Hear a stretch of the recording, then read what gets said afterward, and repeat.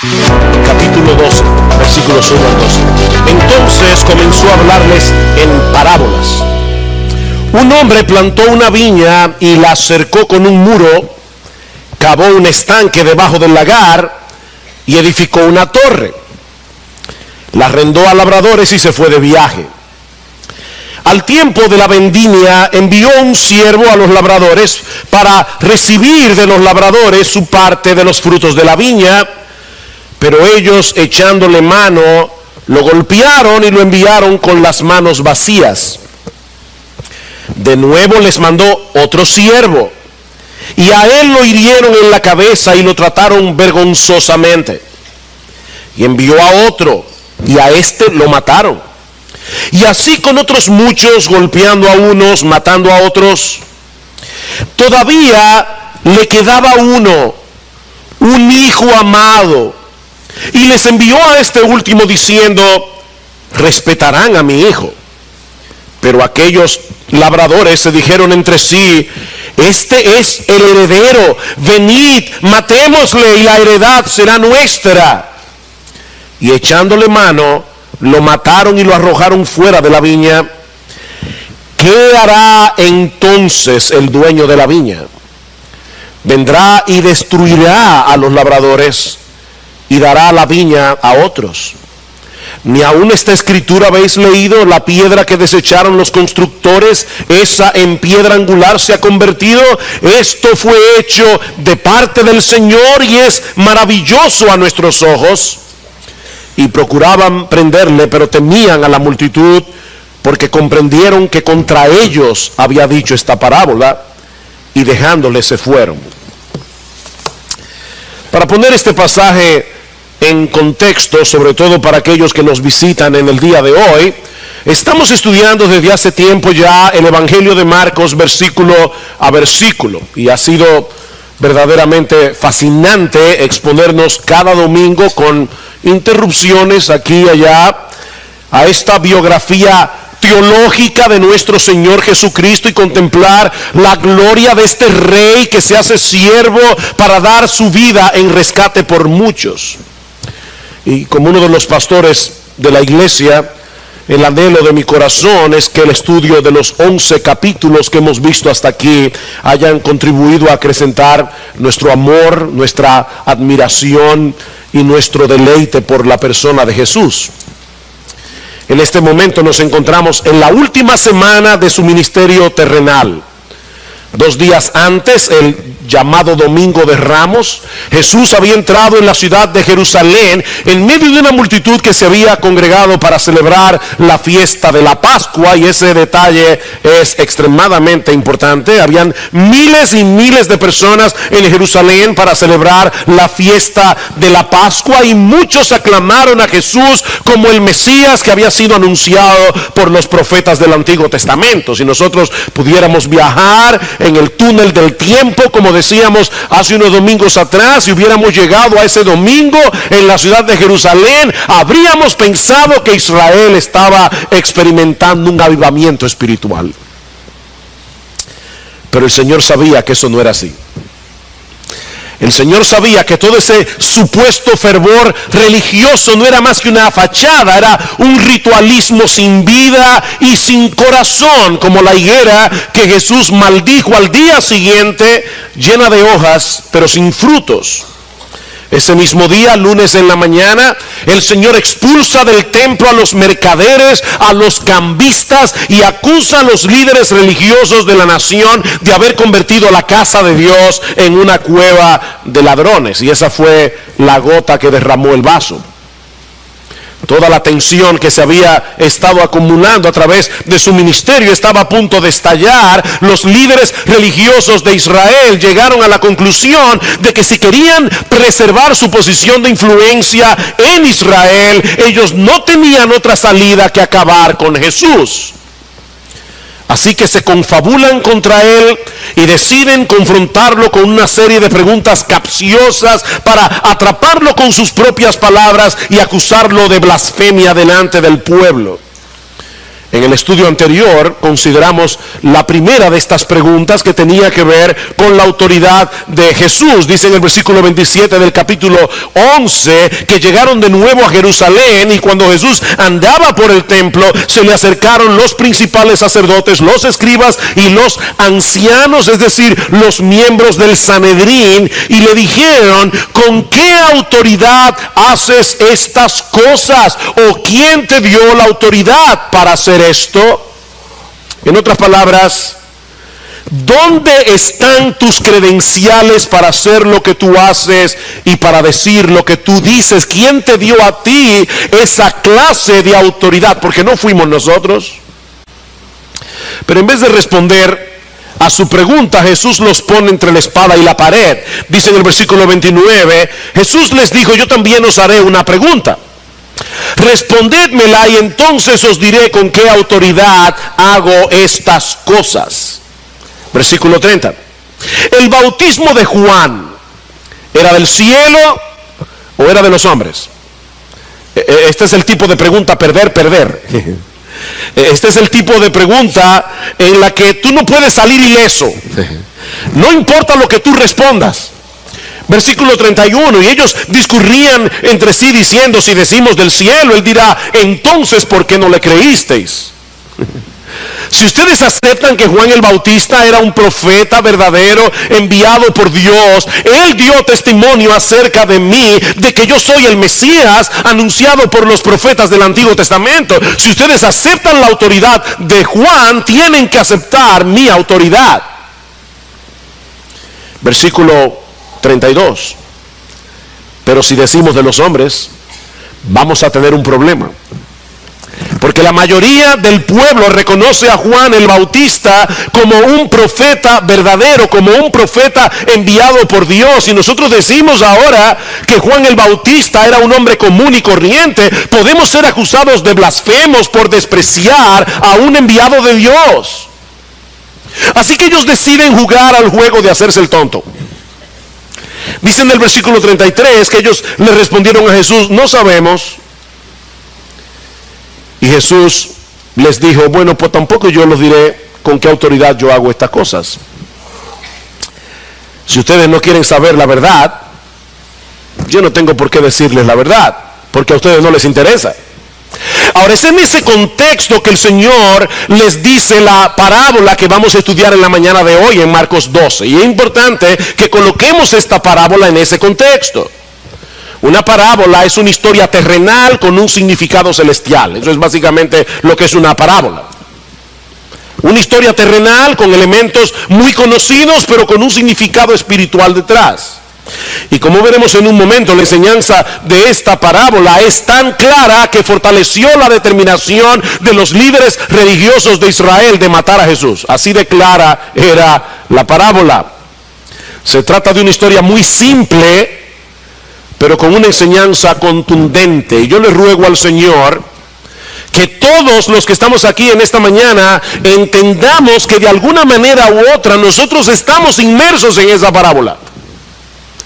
Por favor, no pienses ni por un momento que esto tiene que ver con un grupo de hombres llamados los fariseos que vivieron hace miles de años, y que eso no tiene nada que ver con nosotros. Porque mi amigo que estás aquí sentado en esta mañana, hermanos miembros de Iglesia Bíblica del Señor Jesucristo, esta parábola tiene que ver contigo. La historia de esta parábola es para ti. No es para tu vecino, es para ti. Versículo 1. Entonces comenzó a hablarles en parábolas. Un hombre plantó una viña y la cercó con un muro, cavó un estanque debajo del lagar y edificó una torre, la arrendó a los labradores y se fue de viaje. La razón por la que quise leerles Isaías capítulo 5 en nuestra lectura continuada de la palabra de Dios es porque este versículo es una cita casi textual de Isaías capítulo 5, la canción del amado a su viña. Y allí se compara al pueblo de Israel con una viña sembrada de vides escogidas. De hecho, ¿dónde estaba Jesús enseñando esta parábola? Estaba en el templo de Jerusalén. Y resulta que en el templo de Jerusalén estaba esculpida en la pared una mata de vid hecha de oro. Herodes había hecho esa parábola, esa escultura para el pueblo de Israel, y con el paso de los años los judíos comenzaron a añadirle hojas, comenzaron a añadirle ramas, comenzaron a añadirle frutos hechos de oro. Así que en la mente de los judíos era bien claro que una mata de vid simbolizaba la nación de Israel.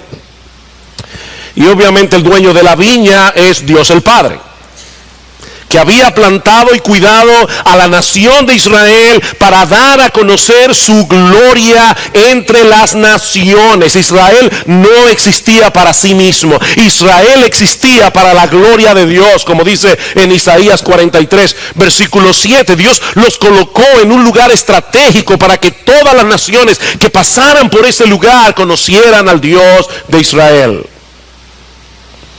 Esta viña estaba bien protegida, esta viña tenía todo lo que se requería para producir buenos frutos. De hecho, como dice en el texto de Isaías que leímos hace un momento, Dios mismo dice: ¿qué más yo pude haber hecho a mi viña que yo no haya hecho? El dueño de la viña se fue lejos, se fue de viaje y arrendó a unos labradores, esperando que la administraran apropiadamente y que a su tiempo le dieran la renta que había sido acordada. Estos labradores obviamente representaban a los líderes de Israel, los líderes religiosos y políticos de Israel. Pero resulta que al tiempo de la vendimia, es decir, cuando se comienzan a recolectar las uvas, cuando se comienza a producir el fruto de la vid, el vino, las pasas, el dueño envía a uno de sus siervos para recibir de los labradores su parte de los frutos de la viña, dice en el versículo 2. Pero estos labradores malvados le echaron mano, lo golpearon y lo enviaron con las manos vacías. ¡Wow! Esto es una afrenta contra el dueño de la viña.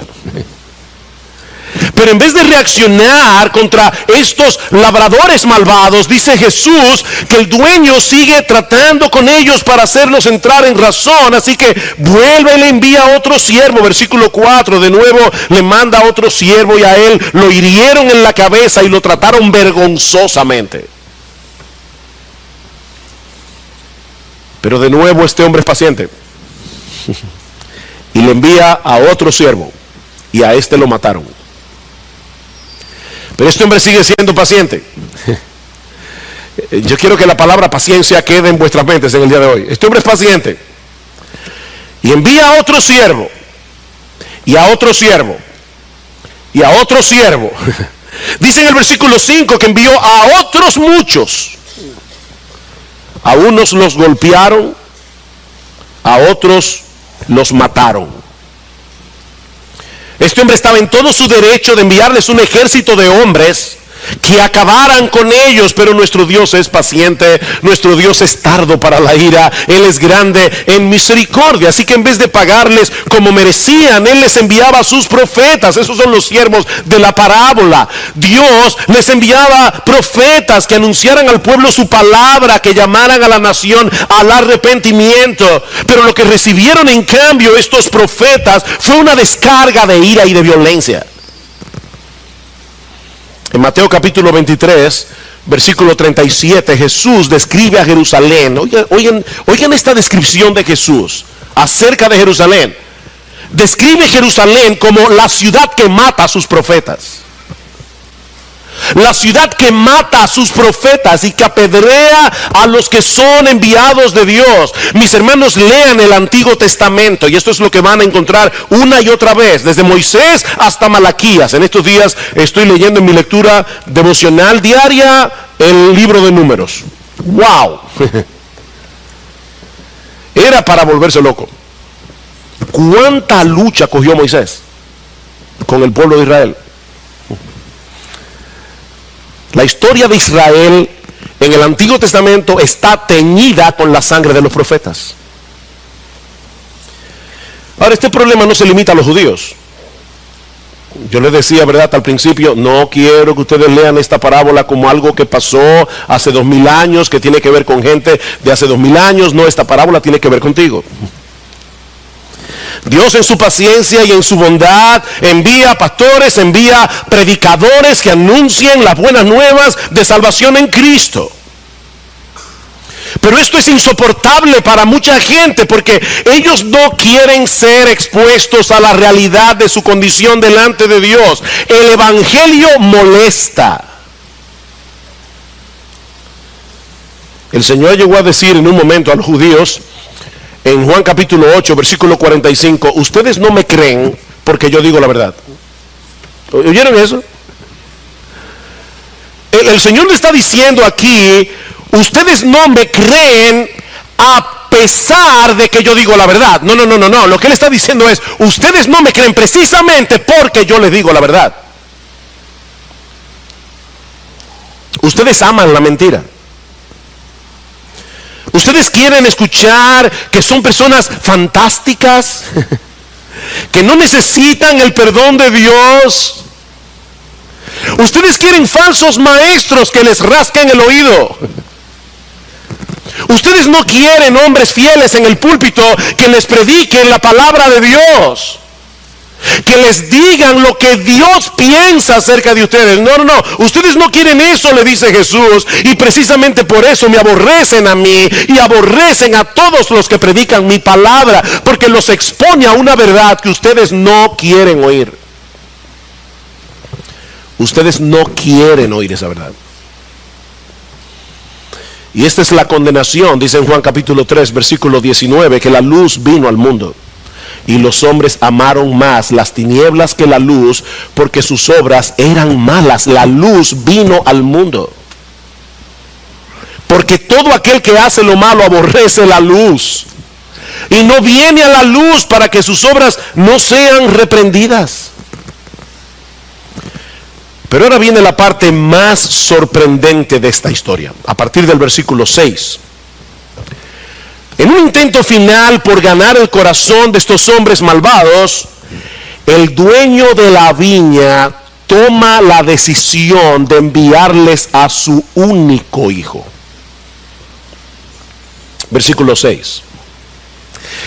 Todavía le quedaba uno, un hijo amado, y les envió a este último diciendo, respetarán a mi hijo.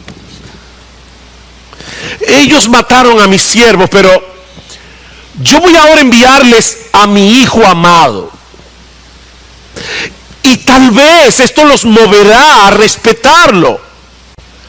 Tal vez respetarán a mi hijo. Y obviamente estas palabras nos recuerdan las palabras de Dios el Padre en el bautismo y en la transfiguración. Recuerdan, este es mi hijo amado, en el cual yo tengo toda mi complacencia. Ahora, no pierdan de vista el contraste tan marcado que hay aquí en esta parábola entre el hijo y los siervos. Hay un contraste aquí. Aquellos eran muchos, este es uno solo. Uno solo, porque no hay nadie como Jesús. Él es el unigénito del Padre.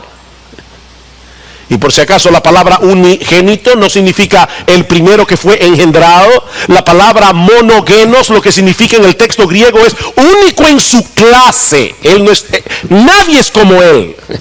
Él es Dios de Dios, luz de luz, Dios verdadero de Dios verdadero, como dice el credo niceno. No hay nadie como Jesús. Aquellos eran muchos, este es uno solo. Aquellos eran empleados del dueño, este es el heredero de la viña. Aquellos eran predecesores en cadena, este es el último, como dice el versículo 6. Jesús es la revelación final de Dios, Él es la verdad encarnada. Mis hermanos, no hay nadie como Jesús. Eso es lo que Él está diciendo de sí mismo en esta historia. Piensen en esto, en la conciencia que Jesús tenía de quién Él era. Él está diciendo a los fariseos: yo soy único. Yo soy único, yo soy el hijo amado del Padre, yo soy el hijo del hombre y el hijo de Dios al mismo tiempo. ¿Cómo debían reaccionar estos labradores al tener delante de sí al hijo del dueño? Bueno, lo lógico hubiera sido que le mostraran a él el mismo respeto que debieron haberle mostrado al dueño, al papá. Pero no fue así. Versículo 7. Pero aquellos labradores se dijeron entre sí: este es el heredero, venid, matémosle y la heredad será nuestra. ¿Ustedes se imaginan lo que pudo haber pasado por la mente de estos hombres del Sanedrín al escuchar esa parte de la historia? Porque muy probablemente la noche anterior ellos estaban reunidos conspirando contra Jesús. De hecho, estas palabras son muy similares a la que Caifás, el sumo sacerdote, le dice a los miembros del Sanedrín en Juan capítulo 11, versículo 50. Es más conveniente que un hombre muera por el pueblo y no que toda la nación perezca. Matemos al heredero y la heredad será nuestra. Increíble. Ellos estaban trabajando en una viña que no era suya, era rentada. Pero en vez de darle al dueño la parte de los frutos que le corresponde, ellos deciden matar al hijo para quedarse con la viña. ¿Saben lo que Jesús nos está revelando aquí? ¿Cuál es la raíz del problema del corazón humano? Jesús está revelando aquí, en esta historia que parece tan sencilla, la raíz del problema del corazón humano. Dios es nuestro dueño porque Él nos creó. Mi amigo, si tú estás aquí en esta mañana, entiéndelo de una vez por todas: tú no te perteneces, aunque tú no seas cristiano. Dios es tu dueño porque Él te creó, porque Él es el que te mantiene con vida. Dios es el dador y sustentador de la vida. Pero en vez de vivir para Él, en vez de darle gloria, nosotros queremos pretender que somos personas autónomas, que nos valemos por nosotros mismos y que merecemos vivir para nosotros mismos. En el fondo de nuestros corazones queremos que la viña sea nuestra. Ese es el problema. No queremos que el fruto de nuestra vida sea para Dios. Lo queremos para nosotros mismos. Vivir para nuestra propia gloria, haciendo nuestra propia voluntad. Estos hombres de la parábola creían que matando al heredero podían adueñarse de la heredad. Por eso decía el ministro puritano Thomas Watson que todo pecado es intento de deicidio. ¿Saben lo que eso significa? Que todo pecado es un intento de asesinar a Dios. Es un intento de asesinar a Dios. La humanidad incrédula y pecadora pretende sacar a Dios de su trono,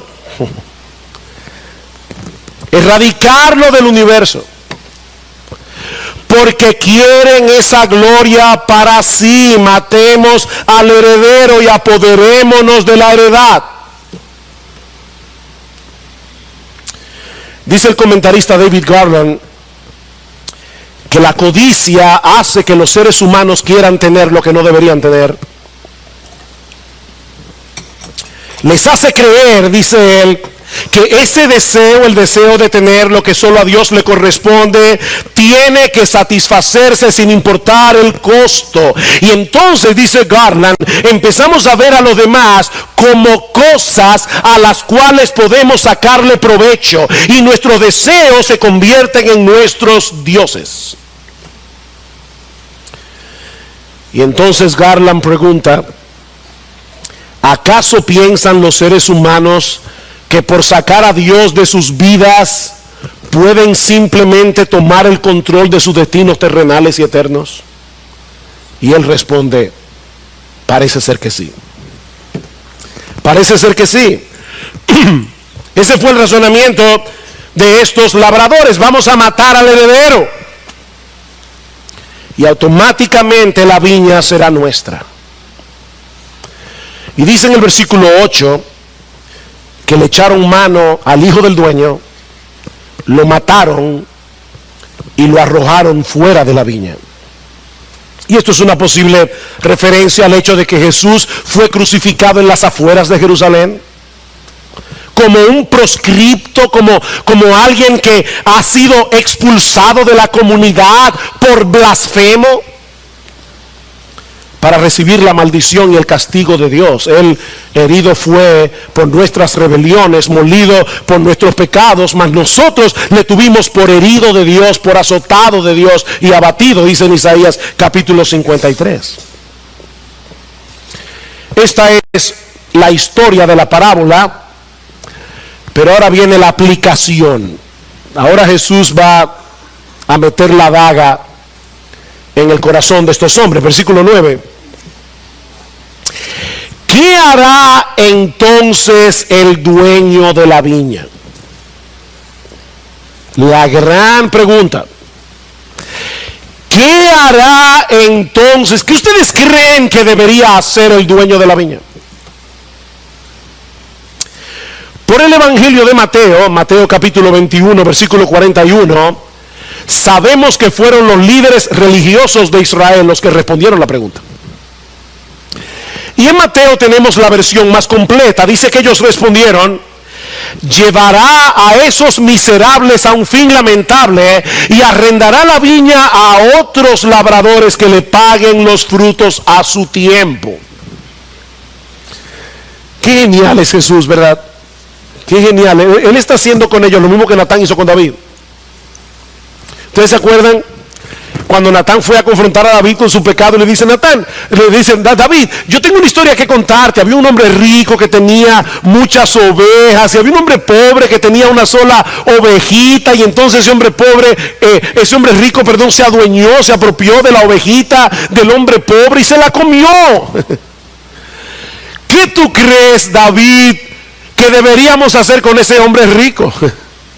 Y por supuesto, ellos de inmediato, David les dijo a Natán: ese hombre merece la muerte. Tú eres ese hombre. Tú eres ese hombre. Es tan fácil, ¿verdad?, para nosotros pasar juicio sobre los demás. Es tan difícil que nos evaluemos objetivamente a nosotros mismos. Estos hombres fueron muy acertados en el veredicto. De hecho, eso fue precisamente lo que sucedió. Israel, como la nación escogida por Dios, como pueblo de Dios, fue desechado. Israel fue desechado y la heredad fue traspasada a la iglesia, formada por todos aquellos que de todo tribu, pueblo, lengua y nación han puesto su confianza únicamente en Cristo para el perdón de sus pecados. Eso fue precisamente lo que sucedió. El Señor le quitó la viña a estos labradores malvados y se la dio a otros, a ti y a mí. Así que la conspiración de estos labradores malvados no solo terminó destruyéndolos, sino que ese fue el medio que Dios usó para exaltar a su Hijo y traer salvación a muchos, porque así estaba profetizado en el Antiguo Testamento. Y ahora Jesús le dice en el versículo 10: ¿ni aún esta escritura habéis leído? La piedra que desecharon los constructores, esa en piedra angular se ha convertido. Esto fue hecho de parte del Señor y es maravilloso a nuestros ojos. Me encanta esta parte del Evangelio de Marcos. Esta es una salida magistral de parte de Jesús. ¿Por qué le está citando aquí el Salmo 118? Y lo importante de este salmo es que los judíos lo cantaban cada año al final de la Pascua. Habían Unos salmos que comprendían el gran Halel, Salmo 113 al Salmo 118. Y los judíos cantaban estos salmos durante la semana de la Pascua. Y el Salmo 118 era el salmo que cantaban al final. De hecho, algunos estudiosos del Nuevo Testamento entienden que cuando dice en Mateo capítulo 26, versículo 30, que Jesús y los discípulos cantaron un himno cuando terminaron de comer el cordero pascual en el aposento alto, ellos cantaron el Salmo 118. Cientos de años cantando esas palabras, sabiendo que el Salmo 118 era un salmo mesiánico. Y ahora Jesús les dice a los líderes religiosos de Israel, o sea, a los doctores en teología, a los eruditos, es que tampoco ustedes han leído esa palabra, esa escritura. Ustedes no conocen el Salmo 118. Porque en ese salmo que ustedes cantan todos los años, dice que los constructores desecharon una piedra que vino a convertirse en piedra angular del edificio. ¿Ustedes no leyeron eso? La piedra angular era la que se colocaba en el cimiento de una edificación, en el punto de unión entre dos paredes, y por lo tanto era una piedra sumamente importante porque de ella dependía la estabilidad y la simetría de todo el edificio. Si la piedra angular estaba dañada, el edificio entero estaba mal. Así que era una piedra que los constructores tenían que chequear cuidadosamente, tenían que medir cuidadosamente. Y el Salmo 118 dice que los constructores en Israel tomaron una piedra y después que la examinaron dijeron, no sirve para nada. Es una piedra inútil. Pero esa piedra que los constructores rechazaron probablemente para la edificación del templo en un giro inesperado de la historia, fue la piedra escogida por Dios para colocarla en el edificio como piedra angular. ¿Ustedes no leyeron ese texto? Les dice Jesús. Increíble, ¿verdad? Lo que los hombres rechazaron como inútil e inservible es la piedra escogida por Dios para la construcción del nuevo templo, para la construcción de la iglesia del Dios viviente, columna y baluarte de la verdad, nuestro glorioso, bendito, amado Señor Jesucristo. Esto fue hecho de parte del Señor, dice el salmista, y es cosa maravillosa a nuestros ojos. Increíble, hermanos. Estos hombres cantaban cada año estas palabras y sabían que este salmo hablaba del Mesías, pero no podían entenderlas. ¿Saben por qué no podían entender la Biblia? Porque ellos no soportaban a Jesús, y Jesús es la clave para entender toda la Escritura. ¿Ustedes recuerdan, hermanos, cuáles fueron las palabras que usaron para aclamar a Jesús las multitudes cuando Él entró en Jerusalén el domingo de Ramos? ¿Recuerdan las palabras? Lo estudiamos hace unos domingos atrás. Hosanna. Hosanna es una palabra hebrea que significa sálvanos ahora, te rogamos. Hosanna, bendito el que viene en el nombre del Señor. Pregunta, ¿dónde se encuentran esas palabras? En el Salmo 118, en el gran Halel, en los versículos 25 y 26 del Salmo 118, que se encuentran inmediatamente después del texto que Jesús acaba de citar aquí sobre la piedra angular. Ellos tenían ese salmo en sus mentes porque ellos habían venido a celebrar la Pascua. Ellos sabían que este salmo hablaban del Mesías, pero como dice el refrán, no hay peor ciego que el que no quiere ver. No hay peor ciego que el que no quiere ver. Y estos hombres no querían ver lo que era obvio. Y eso nos lleva a nuestro último encabezado, que veremos más brevemente, la reacción a la parábola. Y hemos visto la historia de la parábola, la aplicación de la parábola. Veamos ahora la reacción a la parábola, versículo 12, y procuraban prenderle, pero temían a la multitud, porque comprendieron que contra ellos había dicho la parábola. Y dejándole, se fueron. Estos hombres escuchan la parábola, entienden perfectamente lo que el Señor está enseñando aquí, pero en vez de arrepentirse de su rebeldía y de la dureza de sus corazones, ellos salieron de allí a cumplir lo que Jesús había predicho que iba a suceder en el versículo 7. Se reunieron a planificar cómo matar al hijo del dueño. Lo que Jesús acaba de decir, ellos salieron a cumplirlo. ¡Qué ironía! Ellos sabían que debían moverse con cuidado por causa de la multitud, porque muchos veían a Jesús como profeta. Dice en el texto paralelo en Mateo capítulo 21 versículo 46, ellos tenían temor de la gente, temor de que se levantara oposición contra ellos al oponerse a Jesús. Ellos tenían temor a perder su estatus de influencia delante del pueblo. ¿Se dan cuenta de cuál era el problema de estos hombres? Que su temor iba en una dirección equivocada. En vez de temerle a Dios, le temían a la gente. El temor iba en una dirección equivocada. La opinión que los demás tenían de ellos era extremadamente importante. Y mi amigo, óyeme bien, óyeme, hay solo dos opciones: o tú le temes a Dios o tú le temes a la gente. Y no me digas que no. Examina tu corazón.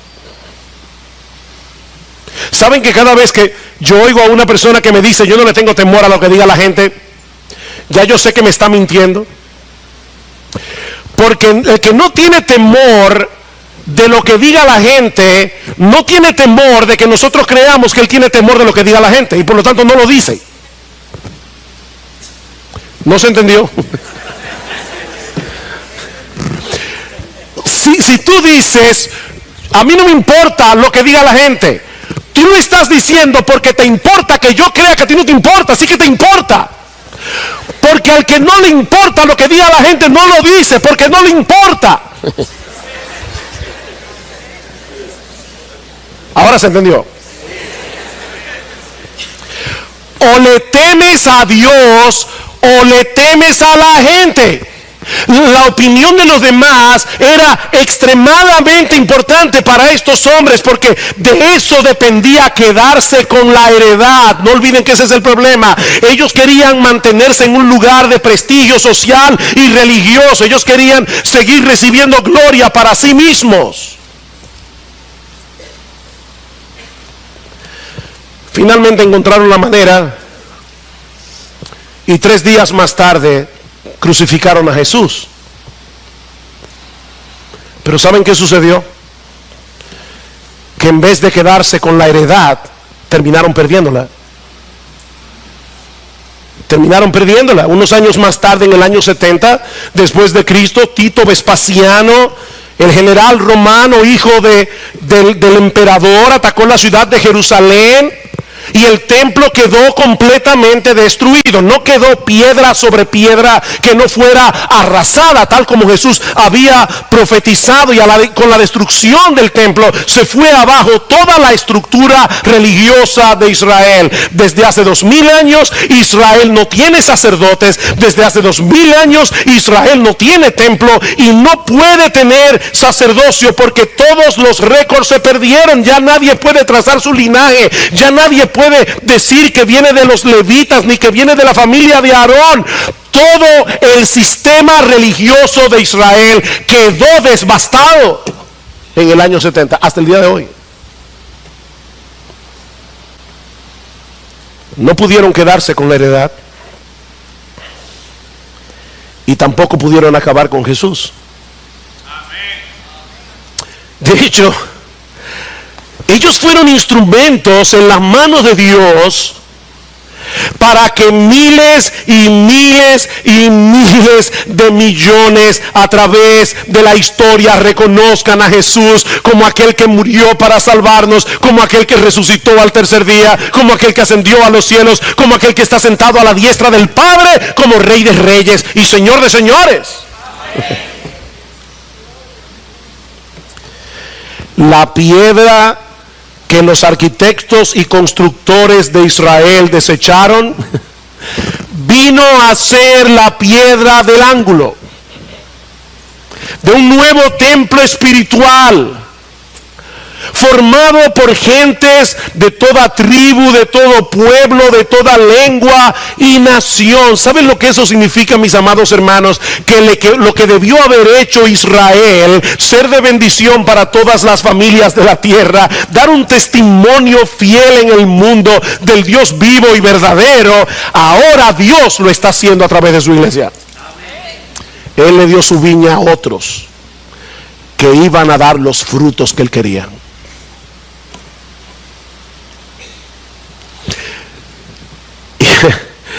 Y lo que más me sorprende es que eso incluye a muchos judíos que a través de la historia han abrazado el evangelio. Es como dice Pablo, desechó Dios completamente a Israel, dice no de ninguna manera, porque yo soy israelita. Yo soy israelita,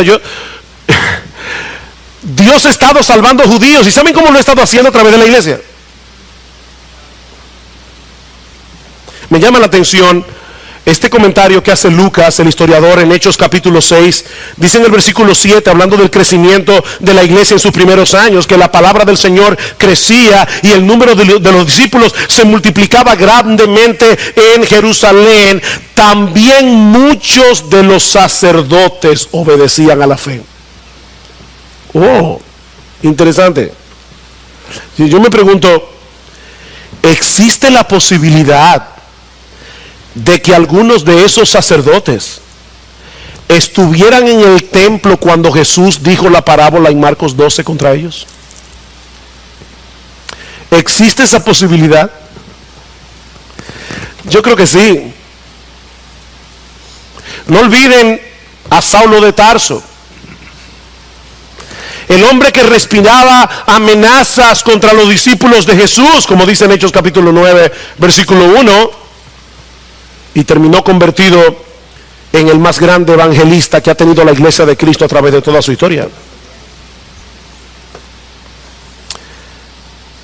La iglesia está dando los frutos que Dios quería.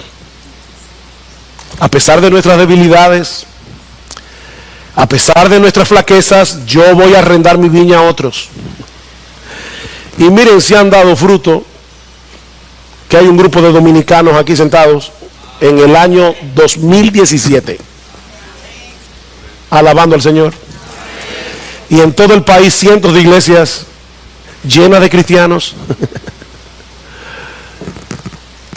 porque nadie puede impedir que Dios haga lo que Él quiere hacer. Mi hermano, fue por la gracia de Dios y el poder del evangelio que estos sacerdotes y el mismo Pablo fueron convertidos de enemigos en discípulos. Y fue por esa misma gracia y por ese mismo poder que nosotros somos parte de la iglesia hoy. Mi amado hermano, nunca olvides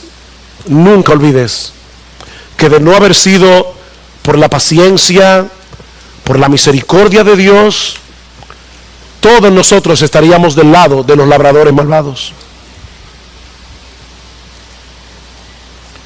Todos queríamos apropiarnos de esa viña, pero no es así. Todos queríamos vivir para nuestra propia gloria,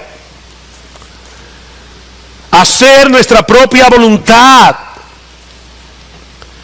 hasta que Dios abrió nuestros ojos, hasta que Dios nos rescató de esa vana manera de vivir, como dice Pedro en su primera carta, no con cosas corruptibles como oro o plata, sino con la sangre preciosa de Cristo, como de un cordero sin mancha y sin contaminación. Fuimos comprados por precio de sangre. para que los que viven ya no vivan para sí, sino para aquel que murió y resucitó por ellos. Nosotros somos ahora los labradores de la viña. Nosotros somos ahora los labradores de la heredad de Dios, que debemos dar fruto para su gloria. Predica, mi amado hermano, predica, comparte con otros las buenas nuevas de salvación en Cristo, porque este evangelio y esa gracia no han perdido su poder. Porque no hay un corazón tan duro que no se pueda enternecer con el poder de la gracia de Dios.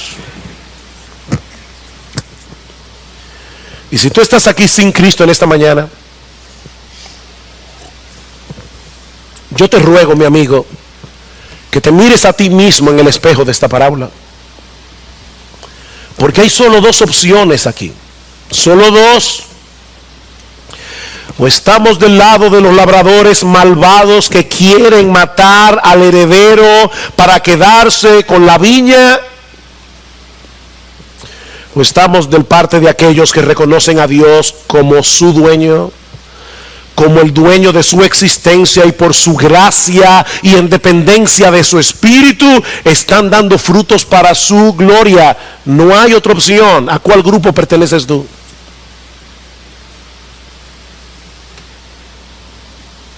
Usando la otra figura que aparece en el pasaje, o estamos del lado de aquellos que desechan a Jesús como una piedra inútil e inservible, o pertenecemos a ese templo espiritual en el que Dios ha colocado a Jesús como su piedra angular. ¿Tú estás dentro o fuera de ese templo?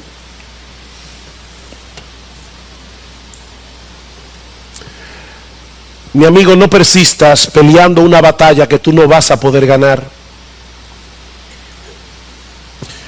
No solo porque Dios es invencible, sino porque al pelear esa batalla estás peleando contra ti mismo. Esta batalla que tú estás peleando, la estás peleando contra ti. ¿Por qué mantener?